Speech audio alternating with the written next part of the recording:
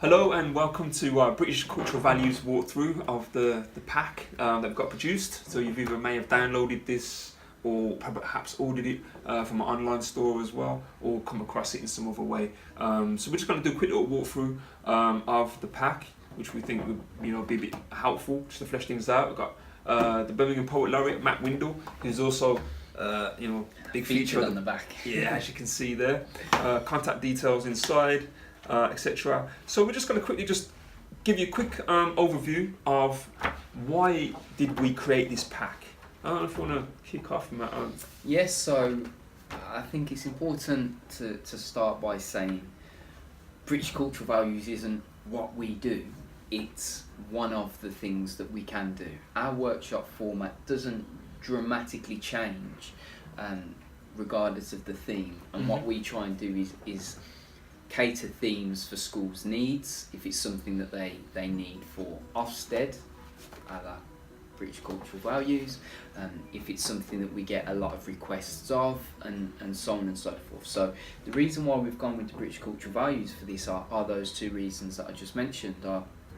We was getting lots of emails, especially our colleague, third person on the back, Richard Grant, you might know him as Dreadlock Alien, was getting a lot of requests to come into schools and do workshops around the theme of British cultural values, obviously to try and prevent radicalisation on all sides and wings all of extremes. Political parties. Extreme is extreme, and I think it's important to make it clear that this isn't us trying to put our opinion onto children. And we almost, if you like, don't have an opinion. No. When it comes to us coming into schools, we're not there to say one political party is better than another, or that one organisation is better than another, and so on. No, we're not there to peddle an agenda. Primarily what it's about is really getting children familiar with a range of words like democracy, individual liberty, these sort of concepts. Accepting multi-faiths. People might believe something different to you, and that's absolutely fine. Yeah, that's okay. Those happen to be the four core values of British values. So it's good. It's something that's important to get young people talking about, because if we don't, they watch the news, they see posts that are shared on social media, and they only get the negative or the bad or the biased side of it. And this is trying to talk about it a little bit more open and making sure that no one does feel bad, because now you can't use the British or the English flag or say I'm proud to be British without people assuming you're far right. And that shouldn't be. That should not be the case. Absolutely not. And also celebrating the fact that British values are cultural. So when people say, well, what are British cultural values? And that's something they ask us. They asked us a lot at the NATE conference, as though there's some decisive answer. And they go, well, what are British cultural values then? That's what you're going to tell us in the workshops. We don't tell you. You tell us. We have some template poems in here which can be used, carbon copy word for word. They can be chopped and swapped and used as templates and inspiration, or they can be completely ignored. It's completely up to you. And if completely ignored is the way forward for anyone who's looking to go that direction, there's lots of activities and blank templates. There's blank templates. There's session starters, word shower activities whereby you can come up with your own poems, and we basically have drafted out an easy to follow step-by-step guide on how to develop rhyming couplets for your own rhyming couplets, put them in a structure and come up with your own poems based on the four themes to do with this particular package that we offer. Essentially, you can deliver the workshop with your class or your year group that we deliver without us, essentially. And granted, a lot of teachers don't want that.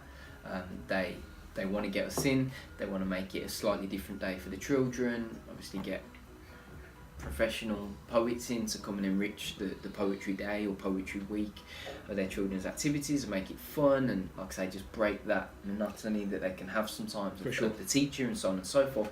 But if budgets are at zero and whatever the case may be, but you desperately want to do some sort of workshop with your young people, and this in here, even though we're talking about the British cultural value stuff now, it's also important to say that the instructions that we advise you to follow in here if you are going to do this day can also be followed for any other theme. So as Kurly was just talking there about the thought shower or the word burst, so there we've got the democracy one.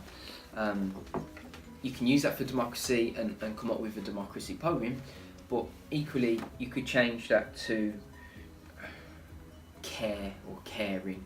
You could have it as respect, which is one of the other themes in here anyway. You could do it about chocolate, sport. You can have it about friends, anything that you wanted at all. The principle is still the same thing. You still follow the same.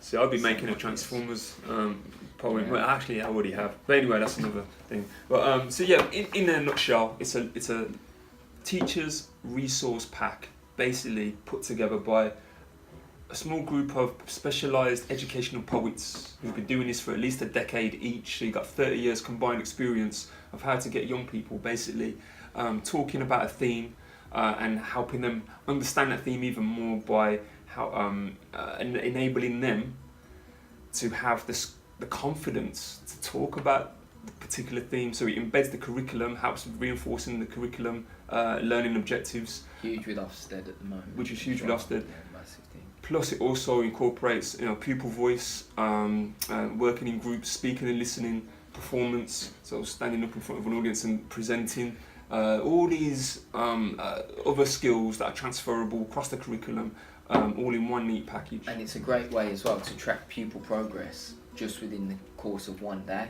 The amount of teachers that have, they're halfway through a term or something and a child has hardly written anything in their English book, and then with one day with us, they surpass what they've done the whole academic year so far, and they get pages and pages of poetry, or they write one page of poetry, but then they're unhappy that it's too messy because it's their first draft, so they write the exact same piece down again in their best and neatest handwriting. So for the sake of one day, it is also a great way that teachers can track the progress of pupils and show how this specific workshop format and possible theme has helped engage them and upped their literacy levels. Sure.